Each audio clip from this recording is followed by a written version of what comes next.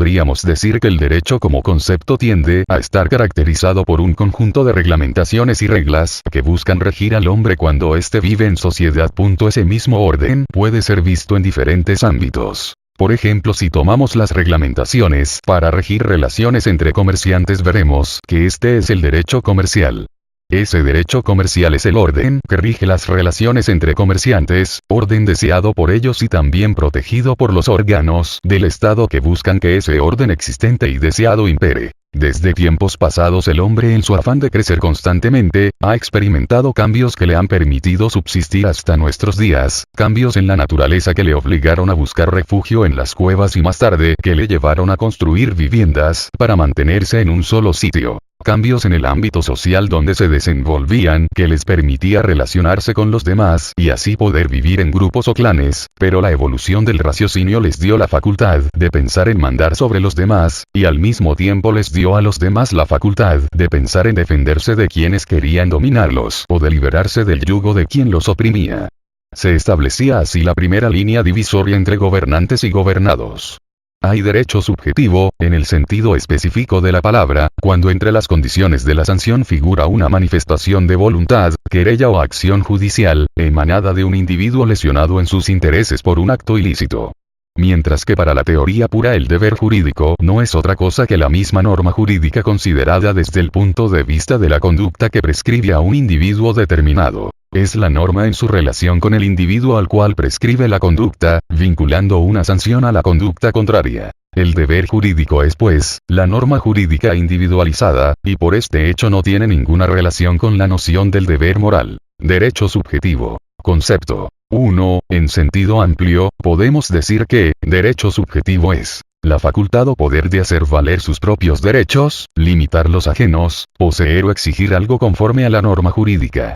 Existen dos elementos. El interno de poder o señorío, que consiste en la posibilidad de hacer o querer conforme al imperativo jurídico y dentro de sus límites.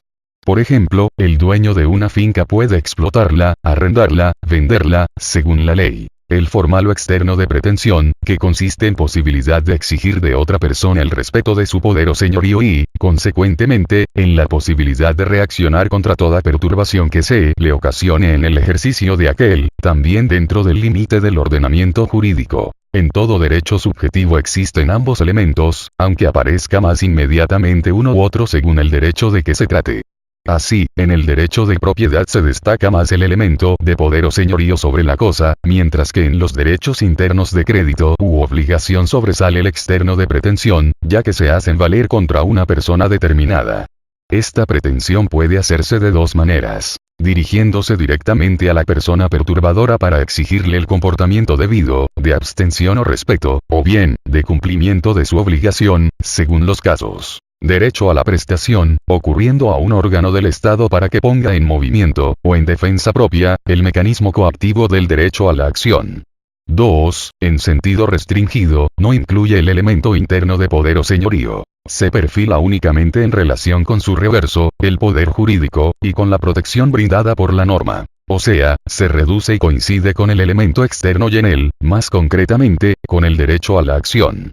Respecto del valor o bien protegido por la norma, bien jurídico, las personas se pueden encontrar interesadas en él de tres maneras. De una forma pasiva, en caso de que no puedan nada para que la norma sea aplicada o para que se aplique la pena en caso de transgresión. O sea, cuando la persecución jurídica es incumbencia de los órganos del Estado, que actúan de oficio. En forma de cooperación adicional con los actos jurídicos estatales para hacer valer sus intereses. Por ejemplo, el derecho del ofendido a ser oído en un procedimiento penal.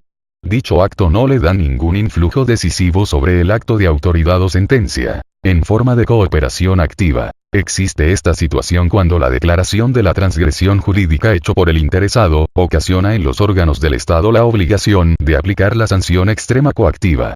Por ejemplo, la demanda judicial hecha por el acreedor contra el deudor moroso para cobrar su crédito. En este caso, la persona interesada no es un espectador pasivo, A, ni tiene un papel accesorio de cooperación, B, sino que es el sujeto autónomo de una cooperación activa en la realización de la sanción jurídica. Solamente en este caso existe el derecho subjetivo en sentido restringido. De aquí la definición. Derecho subjetivo, en sentido estricto o restringido, es el poder exclusivo conferido a una persona para actuar en su ventaja la tutela jurídica. De igual forma se puede decir que el derecho subjetivo presupone de normas objetivas donde se encuentren establecidos los supuestos de hecho o hipótesis legales, que sustenten la acción que el sujeto pretenda ejercer. Sabemos que el derecho subjetivo en una mezcla abigarrada de facultades, libertades, restricciones y posibilidades de acción, e igualmente, que implicaba e implica protección de intereses humanos, y en este aspecto, la protección del sujeto jamás puede exceder o desvirtuar el ordenamiento objetivo, cuando éste ha tutelado determinado asunto, bien se trate de algo material o moral. Toda persona ejercerá su derecho subjetivo, toda vez que para esas excepciones se cuenta con las llamadas fuentes indirectas, la analogía, la jurisprudencia, la doctrina, la costumbre, los principios generales del derecho, en fuerza de que el derecho viene obligado a solucionar cualesquiera controversia que se presente dentro de su ámbito. Ese es su cometido y razón. Dicho de otra manera, en esos casos, se considerará como existente una norma objetiva, que si bien no fue prevista o fue omitida, respaldará el ejercicio legítimo de ese derecho subjetivo. La legitimidad para ejercer el derecho subjetivo se refiere al conjunto de condiciones que la norma objetiva exige a los sujetos que pretendan accionarlo. Es la propia disposición legal, en su contexto con las demás del mismo ordenamiento jurídico, las que indica y condiciona los requisitos que debe reunir la persona para que por sí misma pueda tener la legitimidad que la ley exige para ejercer válidamente su derecho. Por ejemplo, artículo 772 del Código Civil, para ser poseedor legítimo la ley presupone que el sujeto haya poseído de manera pacífica, esto es, sin violencia pública, o lo que es lo mismo, no clandestinamente o a escondidas. No equivoca, lo que se traduce en poseer la misma cosa objeto del asunto, sin confusión con otra. Continúa, ininterrumpida, y con la intención de tener la cosa como suya propia.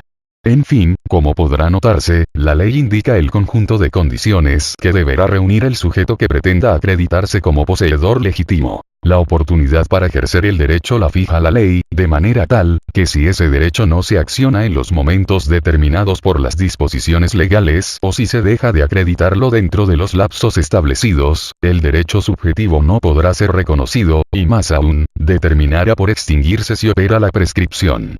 Ejemplo. El artículo 359 del Código de Procedimiento Civil indica que la contestación de la demanda deberá efectuarse dentro de los 20 días a partir de la fecha de la citación del demandado. Por su parte, el artículo 1977 del Código Civil preceptúa que las acciones reales se prescriben por 20 años y las personales por 10, etc. De los ejemplos señalados evidenciamos que si se dejase consumir el lapso previsto sin contestar la demanda, se entenderá que el demandado habrá aceptado los hechos que se le reclaman, habrá quedado confesión ficticia, y solo podrá probar cuestiones de derecho, aunque en realidad, su derecho subjetivo sea el verdadero. En el segundo caso notamos que si no se ejerce una acción real, vale decir, aquella relacionada con una cosa, dentro de los 20 años, ese derecho subjetivo se habrá extinguido por carecer, después de ese lapso, de oportunidad legal para accionarlo. Tal es el caso de permitir un invasor dentro de nuestro terreno por más de 20 años.